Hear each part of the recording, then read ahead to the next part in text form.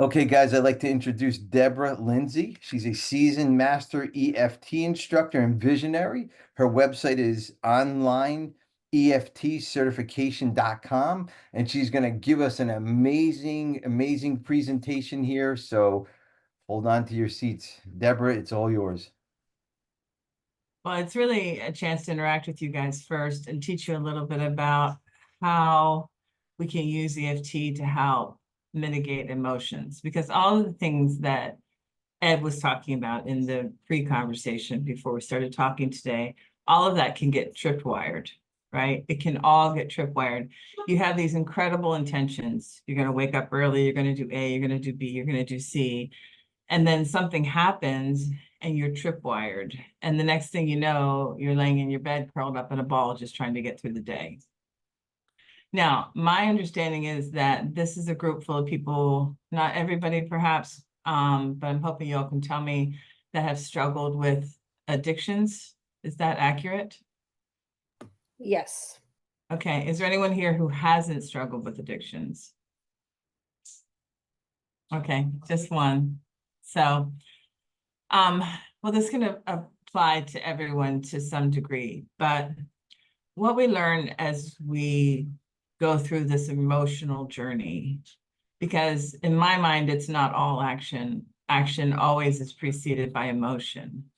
And so if your emotions are derailing you, your actions are not going to be in line with your intention, because your emotion is going to override it every time. And that's because your emotions are often connected to painful memories that have remained unresolved and that have authority in your system. Now, we have to back up a little bit and we have to talk about what is an emotion. And in order to understand an emotion, we have to start with a very basic concept, which is that we are energy beings. Each one of us is energy before we are physical. You can look at an atom and you keep going down, you keep going down, you keep going down until there's nothing left. Well, something is left, and that is energy. And each of us is made of energy. Our bodies run on energy, and the real fuel that runs our body is energy in motion, also known as emotion. So if your emotions are trapped, if your emotions have been affected by trauma, which is almost always the case in addiction, trauma is almost always implicated. You are not going to be able to maintain a routine very well. You aren't going to be able to make decisions that are logical, because your emotional world is going to have authority. Is that making sense to everybody? So if it's possible, I would like for Cole, Amanda, and Stacey to turn on their cameras for just a second. I don't know how you feel about that. If you're not comfortable with it, don't do it. But what I want to ask is, how many of you are coming from a history of trauma? So if you can just raise your hands. Okay, so I can't see Cole and Stacey to know. It won't let me undo my camera. It's saying your camera is being used by another app, but I don't have any apps open anywhere. So Stacey's Oh. giving me a high five, so I think that was a high five. So Stacey's driving. Cole, I just invited you, so Stacey's driving. It won't let me open. It says your camera's being used. Close all your apps, but I don't have anything open. So you can just tell me verbally whether you come Yes, from ma'am. a background of trauma.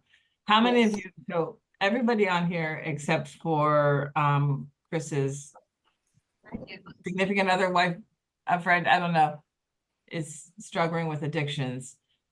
And everybody here, does that include Chris's friend? Is coming from a place of unhealed trauma. Correct? Anybody here who's not struggling with trauma? So now, Ed, I'm going to ask you to pause the recording for 1 second. If you, So what I want to do is I want to start talking to you a little bit about how EFT works and how it's going to help you to resolve the trauma that is the underlying that is driving your desires to take actions that are not in your best interest, right? So because we are energetic beings and because our emotions are energy in motion, they run through our body in channels in much the same way that electricity runs through your walls. It runs through your walls in predictable patterns. It's very uncommon to find an architect who's going to put the electricity here and here and here. It runs in predictable patterns. And the same is happening inside of our own bodies. We have energy that runs in predictable patterns. And this was isolated thousands of years ago by the Chinese and is now known as acupuncture. When we do EFT, what we are doing is we are tapping on those same meridians to help clear the distress. Those of us who are old enough remember records. And remember, this is quite a way back. I figure most people aren't going to know the reference, but in the old days, you would play a record and then the record would kind of get stuck and it would skip and it would play the same thing over and over and over again. And that's what happens in the presence of trauma. Trauma gets stuck in that little groove and it keeps replaying and replaying and replaying. And you know that it's trauma if you can think back on it, and it might have happened a day ago, or it might have happened 20 years ago or 50 years ago, and it still feels like it's happening right now. It's stuck in that loop, going around the record and replaying and replaying and replaying. And so what do we do? Particularly if that loop that is playing is very loud, what do? We avoid it because we don't have any other solutions, right? So we avoid it, and how we avoid it is we quiet the voice, we quiet the noise, and we quiet it with generally substances. You can go to every counselor in the world and you can do all the talk therapy in the world. It will never clear the zit in your energy system. You can take every pill in the world, you can drink every sip of alcohol and smoke every doobie or whatever pill it is, and it is never going to calm the voice for real. What EFT does is it calms the voice, because what that groove in the record is doing that keeps replaying is it causes constant underlying anxiety.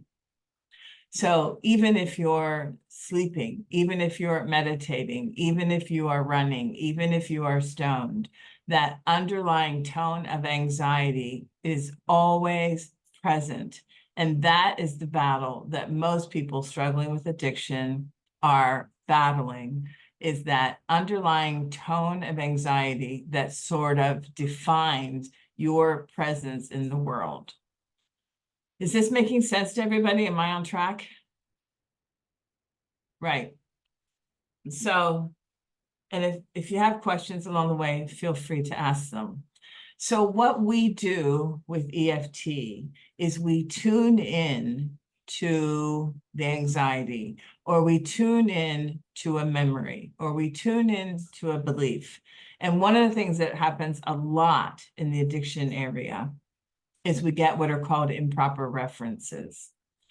So improper references will also cause this distinct underlying anxiety that drives us to want to cover it up, to hide, to run away, okay? So I'll give an example of an improper reference. So I have a friend who has a 3-year-old child. This is actually a story that's a few years old, but at the time, my friend had a child who was 3 years old. He and the mother separated.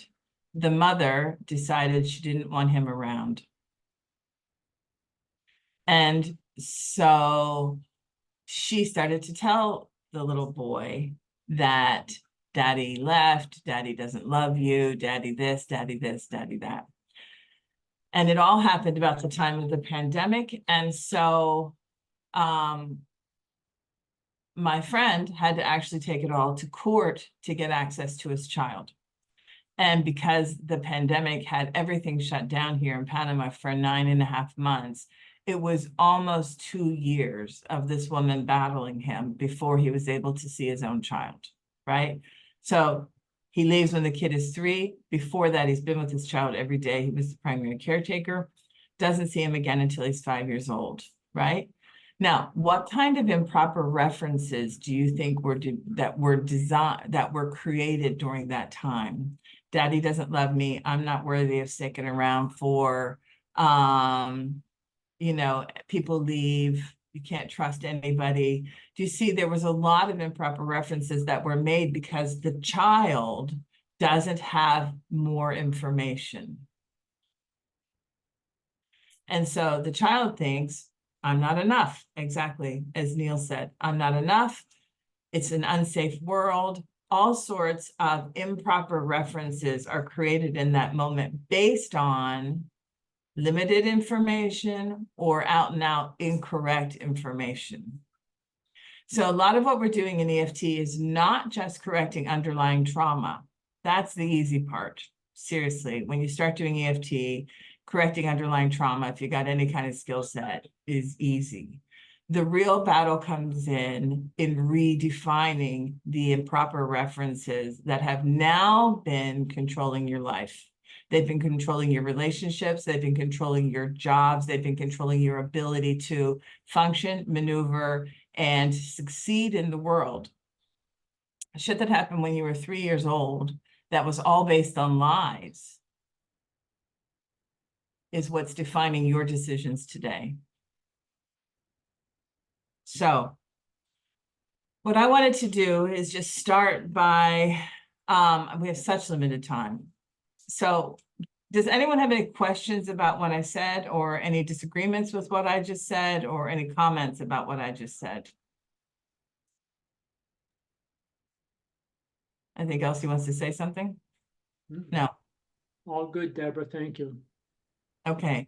So we're going to do something called the basic recipe right now, which is just the basic tapping techniques. Now, if you watch EFT online or you're using the app, which Ed is talking about, you're only going to learn a few points on the face, right? And that's just because for marketing purposes, for ease to, people just use these few points. We're going to do a proper tapping round, okay? And that is because, so when they only use the face points, they're not using the hand points, they're not using what's called the non-gamut procedure. And because they're not doing that, they're not able to access various places in your brain that are also involved. So we've got energy, but we've also got things that get lodged in different aspects of the brain that aren't being addressed when we take out the non-gamut procedure. So I'm going to teach you the whole round. Now, what I want everyone to do right now is I want you to go to what we'll call a bothersome memory. Now, do not go to the big bothersome memory, right? Don't go there for this situation. That's not what we're doing. We're going for a bothersome memory.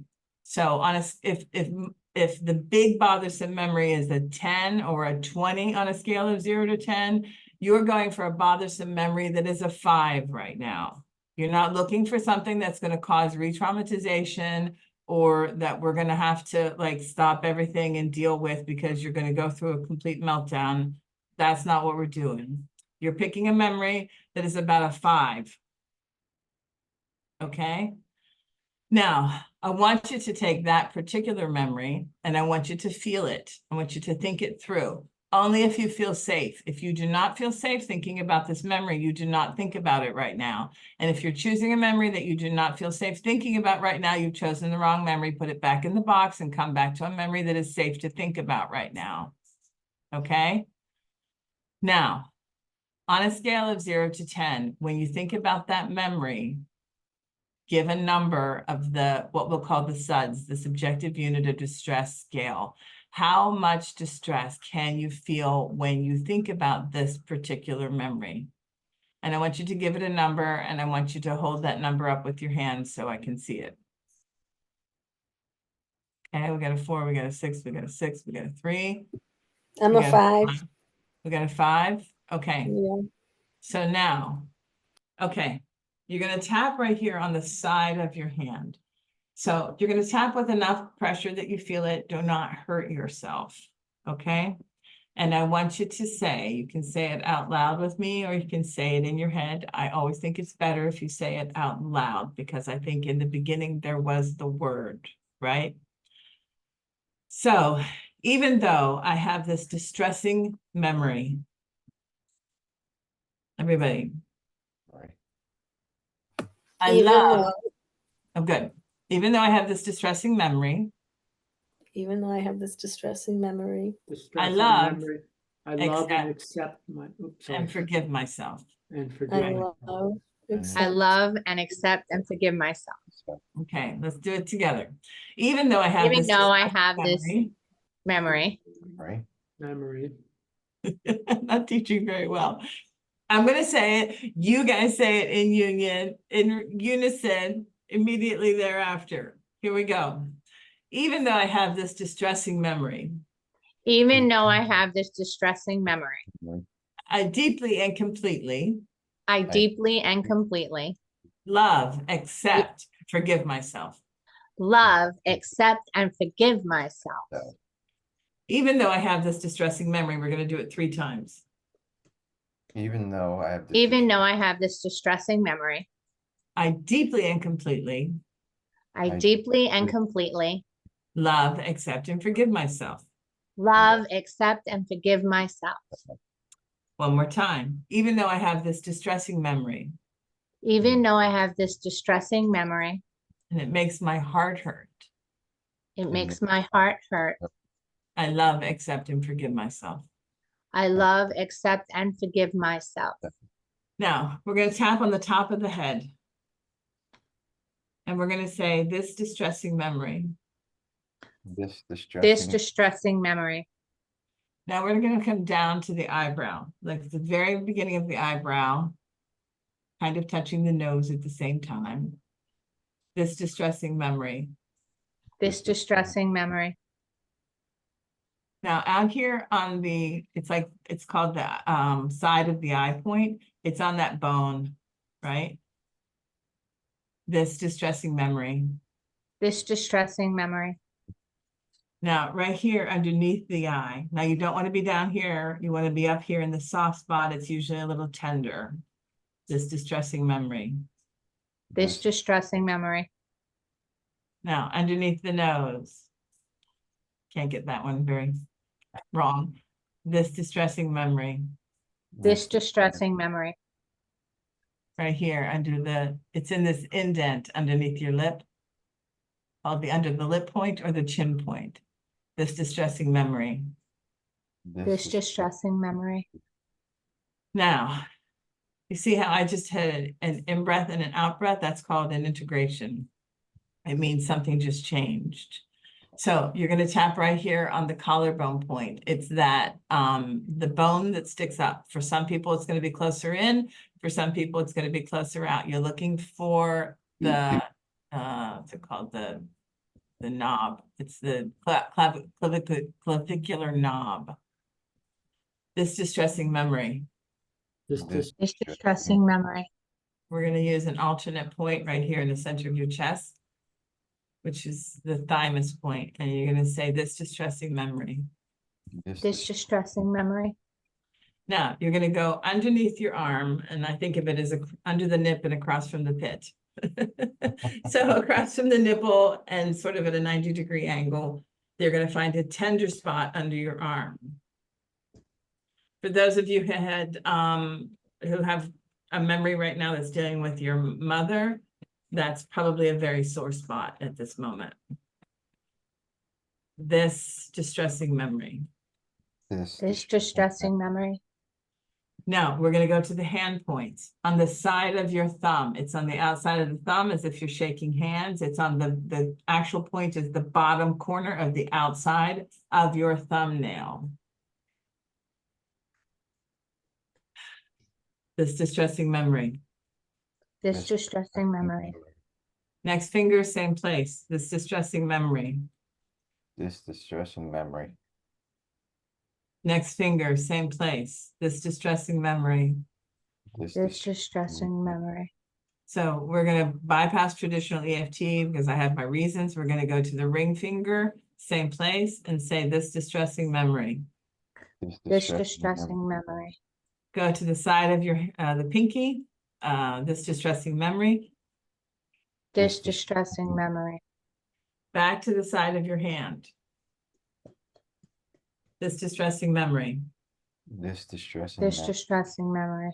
Now, we're going to the top of the hand, in between the pinky and the ring finger, back about an inch. You're going to feel an indent there. You're going to tap on that indent while we close our eyes. Then open your eyes. Keep tapping. You're going to look down hard right or look down hard in one direction. Go back to center. Look down hard in the other direction. Go back to center. You're going to take your eyes and you're going to roll them the whole way around. And then you're going to roll them the whole way the other direction. Now, you're going to hum happy birthday, just the first bar.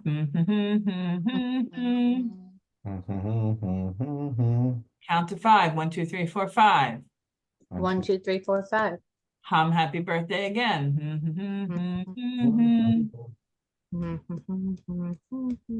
And what we're doing now is we're engaging both sides of the brain, okay? Back to the top of the head, this distressing memory. This distressing This memory. distressing memory. Eyebrow point, this distressing memory. This distressing memory. Side of the eye, this distressing memory. This This distressing distressing memory. Under the eye, this distressing memory. This This distressing distressing memory. Under the nose, this distressing memory. This This distressing. distressing memory. Chin point, same thing. This distressing memory. Collarbone, this distressing memory. This distressing memory. Distressing memory. Back to the thymus point. Distressing memory. This distressing This memory. distressing memory. Under the arm, this distressing memory. This This distressing memory. Back to the side of the thumb. Pointer, This distressing memory. middle, This distressing memory. ring, This distressing memory. pinky, This distressing memory. side of the hand. Now, this is not traditional, but I just want everybody to close their eyes and be quiet. Let this memory go through your head. Just let it travel through your head right now. And I want you to just tap face points while you do it. Just tap top of the head.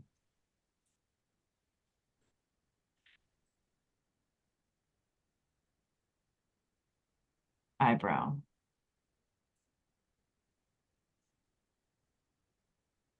Side of the eye.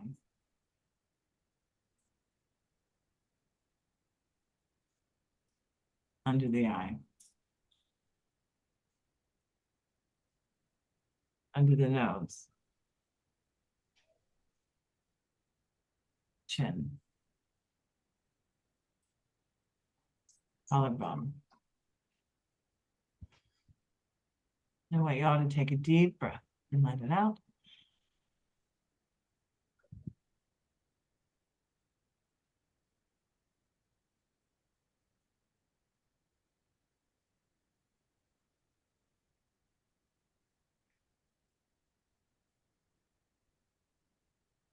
Now take a minute and I want you to go back and feel that memory again. Run it through your head, feel it.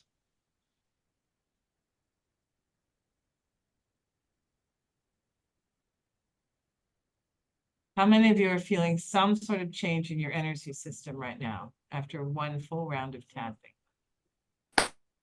I definitely am. How are you feeling, Cole? Can you describe it? It's surreal. It doesn't hurt. I'm actually feel like there's a smile, which is odd. Yeah. Yeah. Yeah. I have this song. I have this song that I sing in my head. It's so juvenile. But like one of the best things about my profession is that I get to see people's lives change right in front of me. Like I can't imagine being a counselor or even a doctor or something where you're really just patching people up and sending them out the door. Because in my profession, people heal and their lives change right in front of me. And I have this little song. I just say, someone changed, someone changed, someone changed, someone changed a life tonight. It's so ridiculous. But I feel that way when I walk out of a session and I've had somebody who's had like lifetime trauma, and we just like you've got complex trauma, and complex trauma can take a long time and can take a lot of sessions to really heal all aspects and get somebody, because you also got to go in and take out the improper references, and you're going to take out limiting beliefs and stuff that have all been dragged into it. It's not like a 15-minute change if you're looking with somebody who's got complex trauma to get them turned around. But something like a simple memory that's been bothering you. I got a friend who had this girlfriend who left him. I'm talking about friends, not clients right now, but I had this friend who had a girlfriend who left him while he was in a lot of pain. He had to go get surgery done, and he was gone for a significantly long time because he couldn't travel and had to do therapy and stuff afterwards. And when he got back, she was gone. He didn't even like the girl. He was really just living with her because he needed a place to go, and she was willing to stay with him while he was in a lot of pain. But the fact that she left while ever he was when he was in pain, plagued him. And it was like 10 years later, and he still couldn't get over the fact that this woman had left him. He was so angry and so confused and so lost as a result of it. And we sit down and we do 1 hour chat. And he says to me at the beginning, if I could just get through one day without thinking about Anna, right? 1 hour later, completely gone after like 10 years of suffering with this. 1 hour later, just gone. And like if I bring up her name now, he'll give me a little look of confusion, like that barely remembers who she was, but it had plagued him for 10 years. And I think about these other clients that I had, and I'll come back in a second. These were actual clients. So I had 2 clients. Okay, it's actually a story of 3 clients. So I had this couple who used to come see me, biracial couple in an area where that's complicated. And he was coming to see me because of so much stress over being a Black guy living in a white area. It just had caused so much stress for him. And she was just coming because of whatever. I don't even remember. But the 2 of them had a really solid, happy marriage. But he had all this underlying stress. Anyway, he one day they had a family party. There's a family party coming up the next day. And she had asked him to mow the lawn because the people were coming. And I'm not sure it's the appropriate story to talk about here because this is all recorded. Anyway, so much complication to the story. She came home and couldn't find him. The lawn was partially mowed. She went out and she started following the noise, and the lawnmower, it was dark outside now. He had flipped the lawnmower over himself, and the result was not pretty. And he died. They had a small kid too. She was completely traumatized by it. But because we already had a working relationship, she already knew EFT, she came to me and we started working on this right away. After 5 or 6 sessions, she was moving on with her life. She was back to work. I also worked with the kid. They were able to, of course, they're remembering their husband, father fondly. but they were moving on. She had, I actually ran into her at a party. I was working in a somewhat small town at the time. I ran into a party about 6 months later, and she was engaged to be married to someone else. Happy, moving on. A lot of people would say it's too soon. She had no residual issues with her husband's death and could move on, right? She refers another client to me who she had met through, I don't know how, she was a nurse, so she met this person at work, I presume. This person came to me. She had been engaged to a man for, they were engaged to be married. He was the love of her life. The wedding was on the books. They had spent all of their money except for $10,000, which was actually in somebody else's bank account, complicated, but the wedding was ready to go. A few days before the wedding, he was one of these guys who would ride motorcycles for cancer or something. He and his gang of friends had gone out on this motorcycle ride for some reason. I don't remember why. I remember it was in Michigan. He has an accident and is beheaded. And she is the one they call to identify the body. She had been, she was so devastated by it that she moved in with his parents and lived in his basement for 10 years. She was never able to recover financially. She couldn't get access to the $10,000 that they had in the bank. She had an awful lot of resentment about the fact that someone else stole that money. She had a lot of anger and resentment over his death, and she could not move on. The first client moved on and was living her life again in 6 months. This client, 10 years later, couldn't get a job, couldn't keep a job, couldn't find a home, couldn't do anything, completely derailed by this event. She came in, she came to see me, we did a session. And at the end of it, it was one of those where I was like, someone changed, someone changed, someone changed. I know I've been doing this 24 years. I know when I hit the mark and someone's life changes. But I was shocked that she didn't come back, right? The thing about EFT is I never know what people's results are. I have an inkling because I see them. They tell me their response. I get it. I can see that, but I don't know what happens when they walk out that door, and I'm not calling anybody and bugging them to find out, how are your results today? I don't need the validation. I know it works. So I run into her in a 7-Eleven about 6 months later. I think her name was Kristen. And I'm like, hey, Kristen, nice to see you. You never came back, right? Not that I'm like, why did you, like, whatever. Because I really thought I would see her again. This was chronic trauma at this point, 10 years in. And she said, I didn't need to. She said, I was healed. And I moved out of my in-laws' house a few weeks later. I went back to work. I'm fine.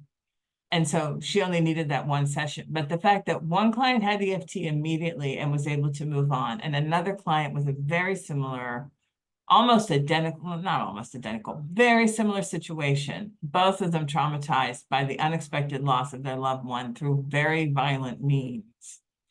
One was able to recover and move on in 6 months. Some might say that's too early. It was not. Life is short.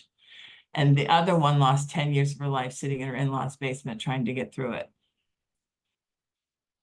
I wouldn't be surprised to learn that she spent those 10 years drowning in beer,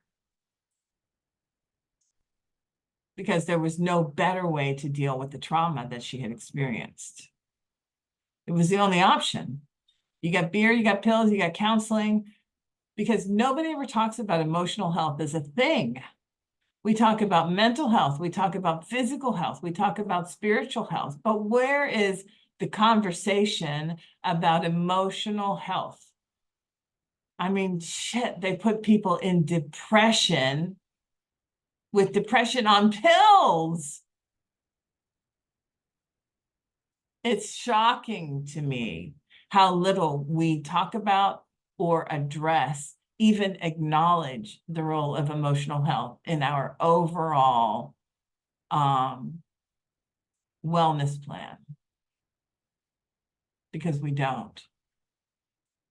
So now I'm going to go back. I know we're over time. I told you, Ed, I wouldn't be able to keep it in 45 minutes. You're still good. You still got about 10 minutes. Okay. Yep. All right. So, so let's do the numbers. So I know that Cole felt a change. Who else felt a change? Let's go to Neil. Did you feel a change? There we go. Yes, I got it. Most certainly, I would say that of the group, I'm representing somebody who's sort of on the other side of a lot of the heavy trauma. For me, having done internal family systems, which is like a style of therapy for trauma work with the EFT and it does take it's miraculous. I've seen that. The biggest thing I wanted to share is that it helped me to create a new path forward. Like it's an immutable law. We can't fix a metaphysical problem with material solutions.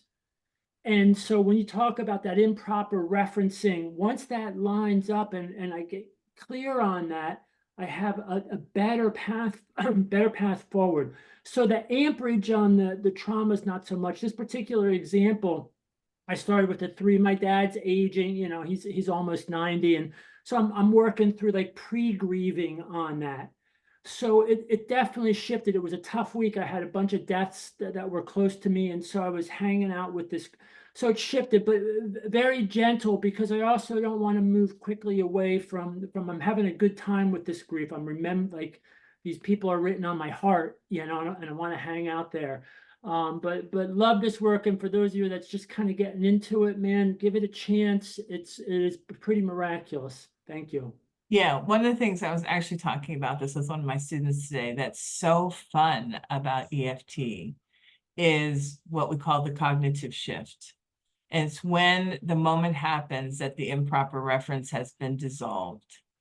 So this idea that, oh, I'm not enough, or this caused this, and therefore I thought that, and that not only did I think that, it was me.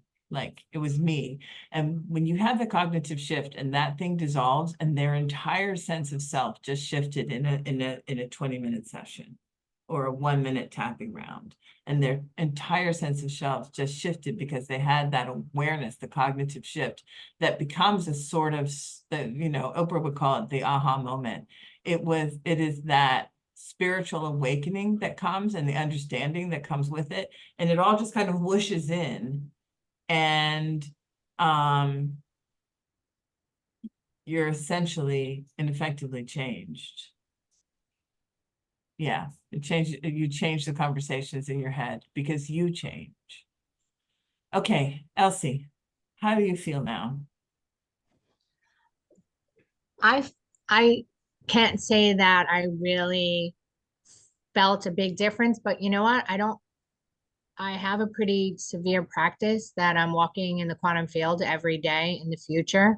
So I'm not dragging a lot of trauma. Okay.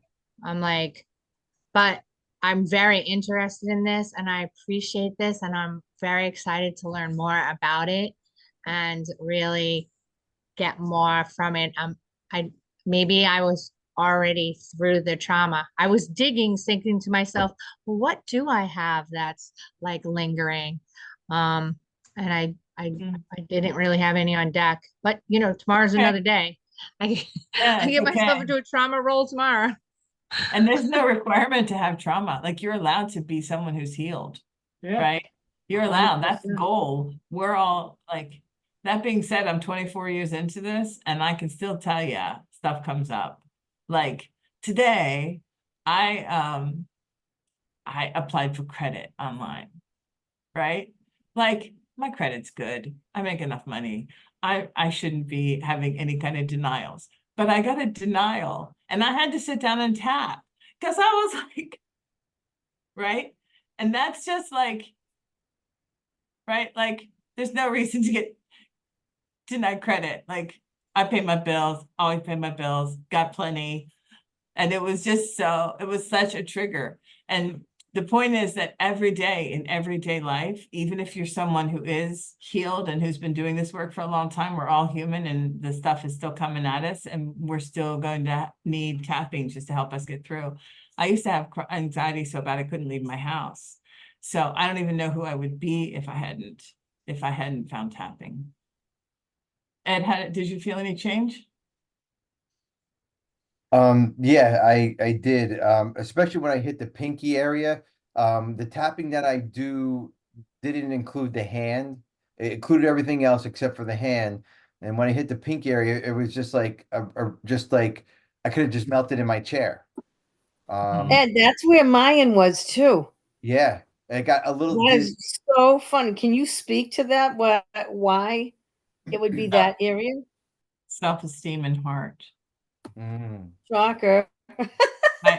My guess is part of what I do in my training is to teach people how to read points. Like, how can you put A plus B together to make some sort of educated guess about what this person just experienced? And so that particular point is self-esteem and heart. So I would always think that someone broke your heart and in effect took your self-esteem with them. And so that particular point is going to help to reinstall or reassert those things in a healthy way in your life. Yeah, it's yeah, that and exactly. It wasn't a relationship, it was just some business thing that I had. And I guess it's a relationship when you're in business and all that. Absolutely. But I look forward to doing this every day because like I wake up and I'm excited to do this. So I like the breathing, the meditating, but I finish with my tapping and it gives me, I don't know if this is right or wrong, but it gives me energy. It Mhm. gives me like the ability to go running, the ability to jump in that, 40-degree tub. And also about a year ago, before I was, well, a little over almost 2 years ago, I started tapping, and it took anxiety away because I was in between, or I was ready to transfer into another job, or I had to go, or I didn't have to, but and I had so much anxiety after the company sold, and I didn't even want to like get up in the morning. I wanted to go be a mailman. I've been doing this. I have this career for 27 years, and I wanted to go throw it all away and be a mailman because of one thought, and the tapping got me through it. And actually, it pushed me to go get another job. So Mhm. after 17 years in one Wow. job, so that Deborah, can I ask a quick question too? So Sure. you used it for something in regards to your credit. So it doesn't just have to be memory. Like it can be like I'm stressing out and I can start doing this. oh Yeah. yeah. Anytime you feel distress in your energy system, distress feels like stress. Okay. Yeah, you can do it for And you know how you spoke those words to us, even though, do you have a paper that we can all have so that I can like put it next to my altar when I'm doing this? So, or is your voice recorded anywhere? Or I can actually listen to this, right? Because if it's recorded and just Yeah. close my eyes. Yeah. I wasn't prepared with a sheet like that. Okay. That's But okay. I was just curious because I know I'm not going to remember everything you said and then where to go next. And I don't know if that I'll remember the top of the head, the eye, the under the nose, the under the lip, the collarbone, the chest, and then the into arm. the arm and then the Okay. finger points. Yeah. Yeah, I've never done the finger points. That was a trip, and I wonder if that's why that really shifted for me. Mm. Yeah. I mean, it's frustrating to me. Like, yeah, like I've been around since almost the very beginning of EFT, like almost longer than anybody else who's still alive and actively involved. And so I've seen the evolution of EFT and the tapping app that Ed is talking about and what an impact it's had in terms of bringing people into an awareness of EFT, but also how much it has dumbed down EFT to the point that it's like frustrating that that's what people are being taught and they're not really being taught like EFT gets treated like a toy. And it's one of the most powerful healing tools on the planet, in my experience. And I have training in 50 different modalities. Nothing comes close. In my world, nothing comes close when done correctly. Well, this app got me to contact you and bring you to Exactly. everybody else. You know what I mean? Exactly. Yeah. Like I'm not So, cutting on them. Like what they Yeah. do in terms of marketing. I was on the summit a few years ago, and one of the more enlightening moments to me was when Jessica and I were talking before the interview, and she said, you have to remember we're marketers, not practitioners. mm, They're not practitioners. Yeah. They're people who know how to do very basic tapping. They bring other people on who do very basic tapping. And that's really good because it helps a lot of people and it brings a lot of people's awareness to EFT. You know, last month was the summit. The result was that I had a phenomenal month with my own business. Like I benefit from them as well. So I can't cut on them. Mm. That being said, the part of me that's an EFT purist gets really freaking annoyed by it. Yeah. Because I know the true power, you know what I mean? Sorry. That's okay. No, that's okay. So a couple things. We're just gonna cut it. We're gonna kind of cut it short here because I want to open up the okay. We're gonna take questions here in a minute, Pat. So Okay. I just want to thank Deborah for everything. You know, this amazing session. I had a breakthrough. I hope everybody else did. Please go back and listen to this session. It will be up on YouTube. And Deborah, we can get a hold of you at give us your website. Yeah, it's Deborah at onlineeftcertification.com. Deborah, Deborah at onlineeftcertification.com. And Or that'll be go to onlineeftcertification.com. yeah, and that'll be in the show notes so you can get a hold of her. Deborah, you do take clients currently, right? Mm-mm, Oh, okay. Well, I don't take clients, we'll get but on a waiting list. yeah, but I have, I've graduated more than 5,000 people. Okay, so then you can So get if you need a recommended. practitioner, I can make referrals all day long. Perfect. So, yeah, sorry. You I, have referrals like in New England, like I'm in New Hampshire. it wouldn't matter where you are because most EFT practices are taking place online nowadays. Okay. So you can work with a practitioner and, I just graduated a guy in Saudi Arabia. So you can have practitioners from anywhere in the world. It is a good Right. make a difference. Deborah, thank you very much for this wonderful session. And please Thank look you. at Deborah's website if you want to become an instructor, or if you have any questions, please email her and look at the notes below and all that information will be in there. Deb, thank Okay. you so much. Thank you, guys. I